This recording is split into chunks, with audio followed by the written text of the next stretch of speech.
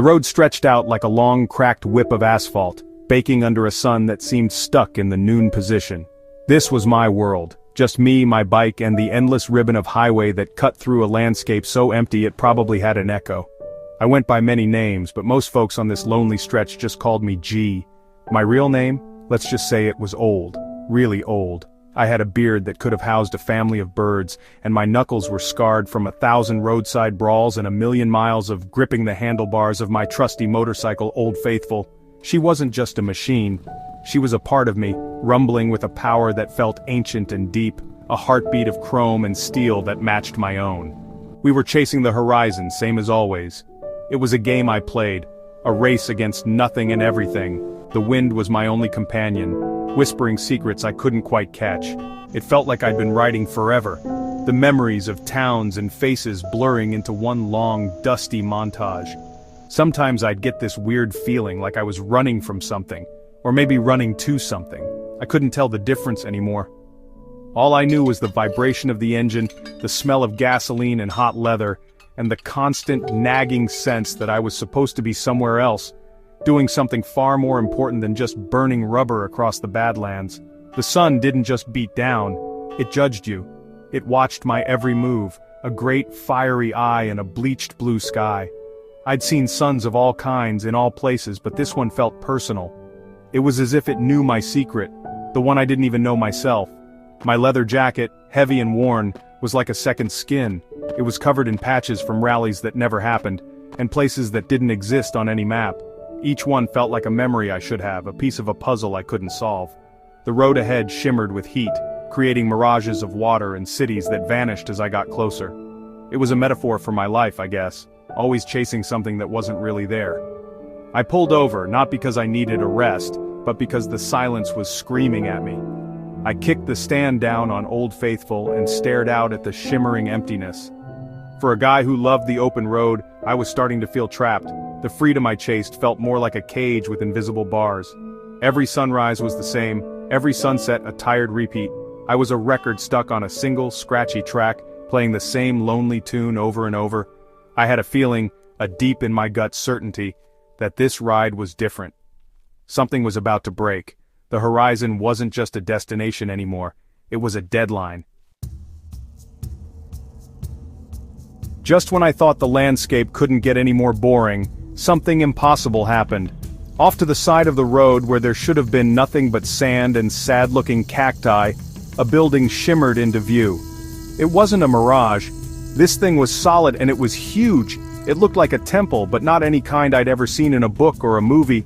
It was carved from a stone that seemed to drink the sunlight, a deep obsidian black that swirled with veins of gold and silver.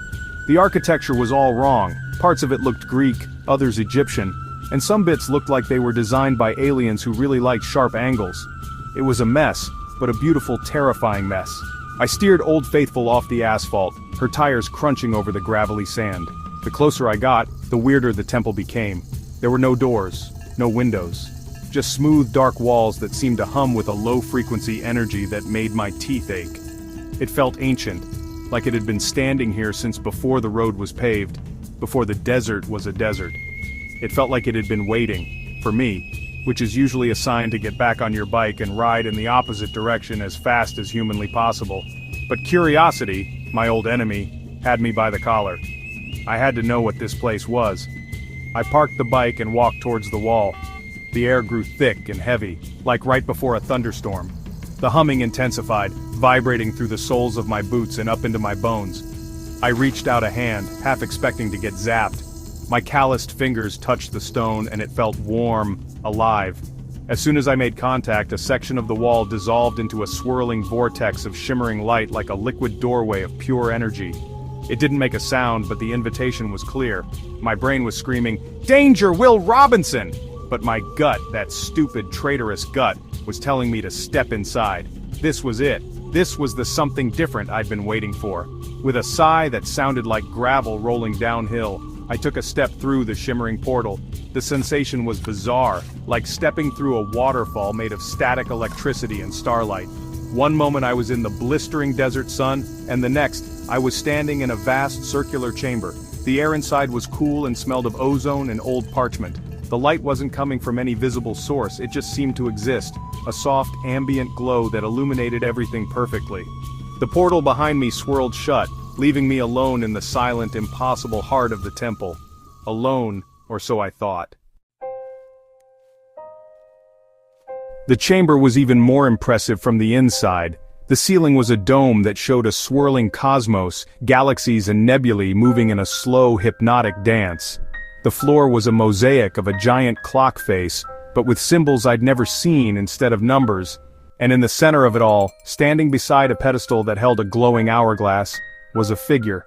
They weren't what I expected. I guess I was picturing some old wizard in a pointy hat.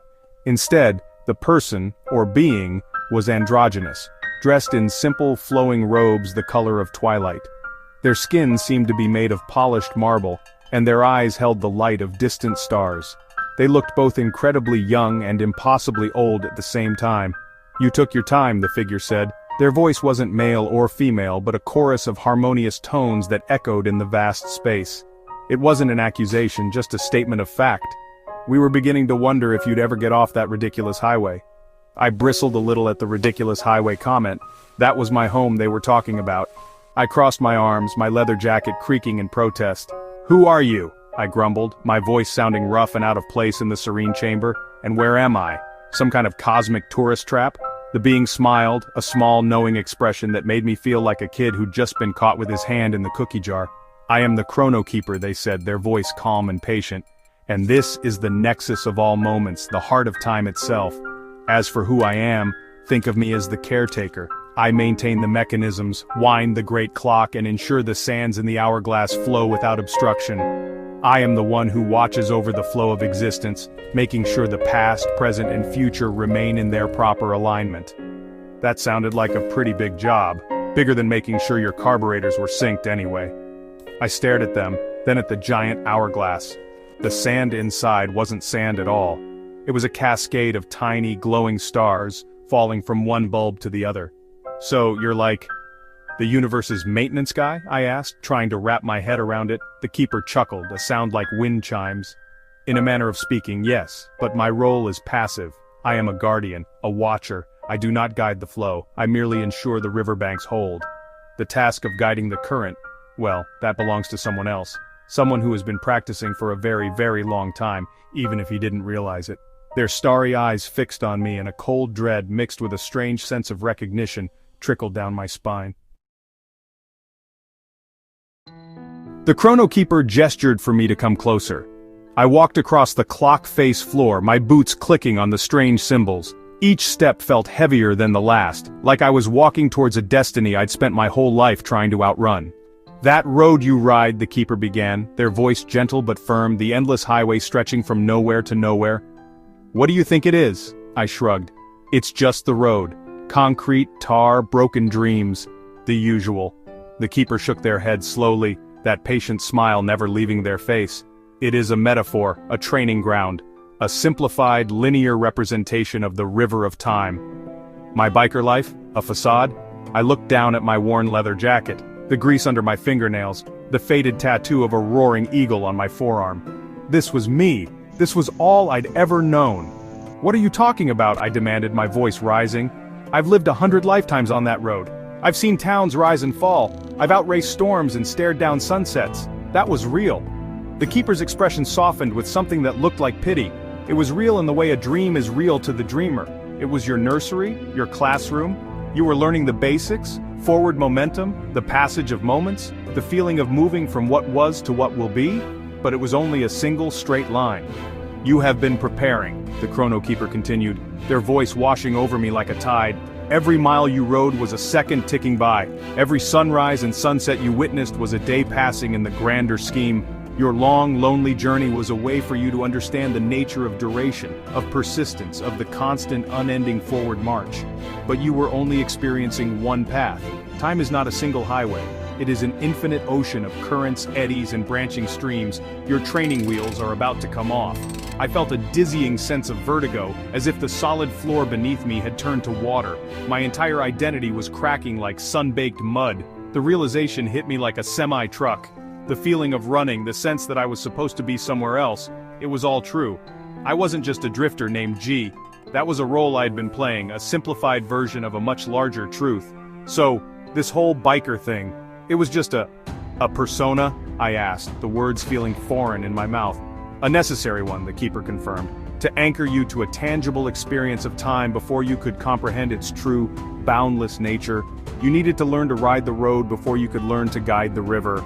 And now, your apprenticeship is over. It is time for you to remember who you truly are, Grandfather Time. The name echoed in the chamber. Grandfather Time. It felt both alien and deeply familiar, like a word I'd known my whole life but had forgotten until this very moment. The Chrono Keeper gestured to the cosmic dome above us. "Look," they commanded. The swirling galaxies and nebulae shifted, zooming in on a single vibrant blue planet. I saw civilizations rise and fall in the blink of an eye. Forests grew and receded like breathing lungs. Ice ages advanced and retreated. I was seeing history unfold not as a series of events, but as a single flowing tapestry. "This is time as it truly is," the Keeper explained. "Not a straight line, but a complex interwoven current. Your job was never just to ride," they went on, their voice taking on the weight of a teacher explaining a profound truth. "Your purpose is not to be a passenger. You are the guide. You are the one who nudges the currents, who helps steer events away from catastrophic whirlpools and towards the shores of their intended destiny. You don't control it, that would be a violation of free will, but you influence it. You are the gentle pressure, the subtle course correction, the steady hand on the cosmic rudder. You ensure that the flow, in its beautiful chaotic dance, maintains its overall direction and purpose." The scale of it was staggering. My mind, used to thinking about gas mileage and the next roadside diner, was reeling. "Think of all the times you felt an inexplicable urge to stop in a certain town," the Keeper prompted. "Or the times you felt compelled to ride through a storm instead of waiting it out. Those were not random whims. Those were your deeper instincts, your true nature bleeding through the facade. You were making small adjustments, nudging tiny pebbles that would cause significant ripples downstream, all without even realizing it. You were practicing, honing the instincts you would need when you finally awakened to your full responsibility. Your journey was never pointless. It was the most important practice session in the history of the universe." I looked at my hands, the scarred knuckles and calloused palms. I had thought they were the hands of a simple rider, a man of the road, but now I saw them differently. These were the hands that could, with the smallest touch, alter the course of history. The weight of that responsibility felt heavier than any motorcycle I had ever lifted. It was terrifying, but for the first time in what felt like an eternity, it also felt right. The endless gnawing emptiness I had felt on the road was gone, replaced by a sense of profound, overwhelming purpose. I wasn't running from anything anymore. I was arriving. "Are you ready to accept your true self?" the Chrono Keeper asked, their starry eyes seeming to look right through me into the very core of my being. I took a deep breath, the cool, ozone-scented air filling my lungs. The biker, the drifter, the lonely rider named G. He was a part of me, but he wasn't the whole story. He was the prologue. It was time to start the first chapter. I gave a single, firm nod. "I am," I said, my voice no longer a gravelly grumble, but something deeper, more resonant, filled with an age I was only now beginning to comprehend. The Keeper smiled, a genuine, brilliant smile this time. "Then, let it be so." They placed a hand on the glowing hourglass. The cascade of tiny stars within it stopped. For a single, heart-stopping moment, everything in the chamber went utterly silent and still. Even the swirling cosmos on the ceiling froze in place. I felt a strange sensation, as if my entire existence was being unspooled like a ball of yarn. Memories, not of the road but of eons, flooded my mind. I saw the birth of stars, the formation of planets, the first flicker of life in primordial oceans. I remembered watching dinosaurs roam vast plains and felt the chill of the ice ages. I was everywhere and everywhen, all at once. My old life, the biker on the endless road, seemed like a fleeting dream from a nap I'd taken centuries ago. A column of golden light erupted from the hourglass and engulfed me. It wasn't hot or painful, it felt like coming home. The light seemed to strip away the unnecessary parts of me, burning off the dust of the road and the weariness of my long, lonely ride. My worn-out leather jacket and faded jeans dissolved into motes of light. The physical aches and pains of a long life lived hard vanished.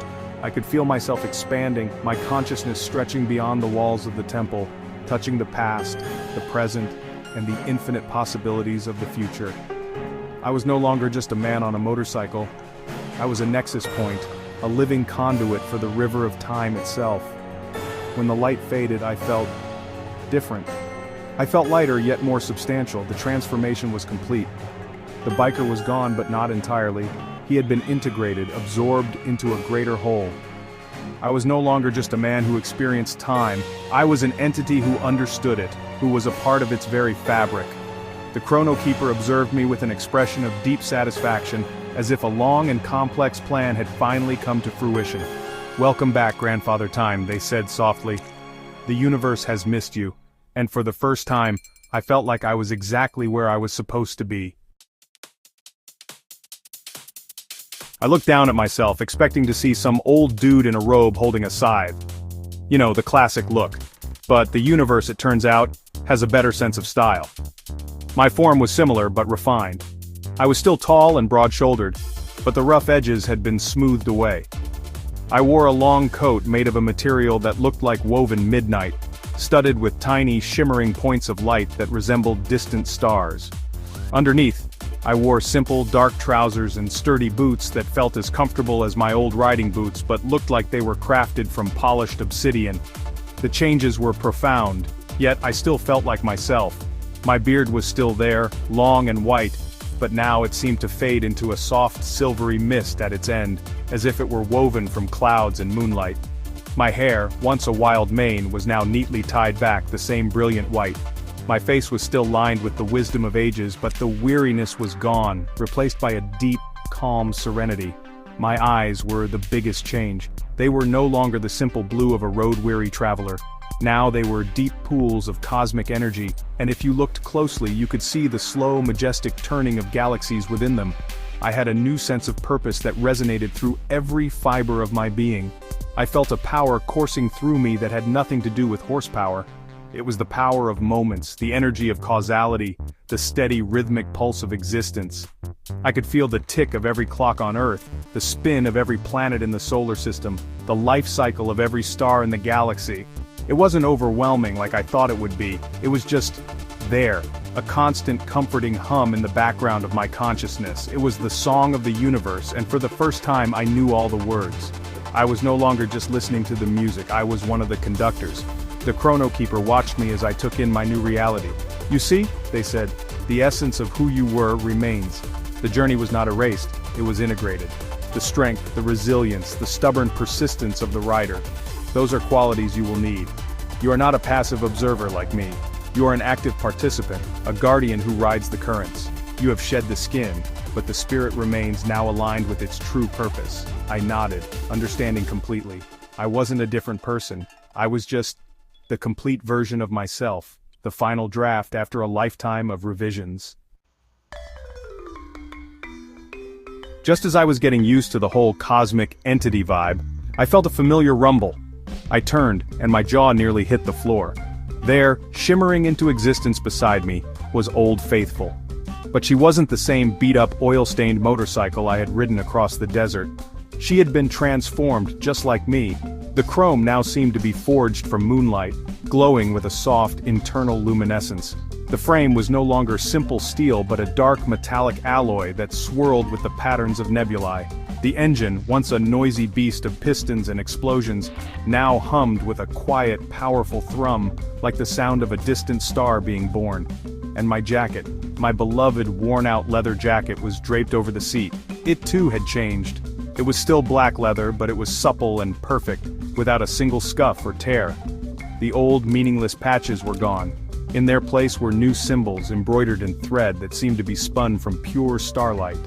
One patch was a swirling galaxy, another a perfect hourglass. On the back, where the roaring eagle had been, was now a magnificent, intricate compass rose, its needle constantly, gently turning, pointing not north but towards the most significant moments in time that needed a gentle nudge. The Chrono Keeper smiled. "You cannot guide the river without a vessel," they said, "and your connection to that machine, to that jacket, is a powerful one. They are a part of your story, an anchor to the perspective you gained during your long ride. They will serve you well in your new duties. The motorcycle no longer needs roads. It can ride the very currents of time itself. And the jacket will protect you from the paradoxes and temporal storms you may encounter. They are echoes of your past, reforged to serve your future. I ran a hand over the cool metal of the bike's fuel tank. It felt familiar and new all at once. I swung my leg over the seat. It felt as natural as breathing. I slipped on the jacket, and it settled onto my shoulders with a comfortable weight. It was a perfect blend of the old me and the new. I was still a rider, still a soul who loved the feeling of movement and the promise of the journey ahead. But my road was no longer a strip of asphalt. It was the infinite branching river of existence. My destination was no longer the horizon but the delicate balance of destiny. I gripped the handlebars and the bike hummed in response, ready for a ride unlike any other. The chrono keeper gave me a respectful nod. "The river awaits your guidance," they said. "There is a small eddy forming around the late 19th century that may need your attention. A misplaced invention. Nothing major, but a good place to start." I looked at them, a real smile spreading across my face for the first time. "Thanks for the tune-up," I said, the old biker slang fitting perfectly with my new reality. I could see the amusement in their starry eyes. "Go on," they urged. "The road is calling," but it wasn't a road, it was so much more. With a thought, the wall of the temple dissolved before me, not into a portal of light but into a swirling, translucent cascade of images and moments. I could see horse-drawn carriages, steam-powered locomotives, and men in top hats. It was a doorway into the past. I revved the engine of my transformed motorcycle, and instead of a roar, it emitted a deep, resonant chime that vibrated with pure power. The bike lifted slightly off the ground, hovering with an effortless grace. I was no longer bound by gravity or the simple laws of physics. I was ready to ride the currents. I gave the chrono keeper one last look, a silent thank you for helping me find my way home. Then I turned my attention to the temporal doorway and gunned the engine. We shot forward, not with a burst of speed, but with a smooth, seamless transition. The temple vanished behind me, and I was immersed in the river of time. It was a kaleidoscope of colors, sounds, and feelings, a breathtaking torrent of life and history. I wasn't fighting the current, I was part of it, moving with it, feeling its ebb and flow. The loneliness of the open road was a distant memory, replaced by an intimate connection to everything that ever was and ever will be. I was Grandfather Time. I was a rider, a guardian, a guide. My beard of mist flowed behind me and the stars on my jacket twinkled brightly.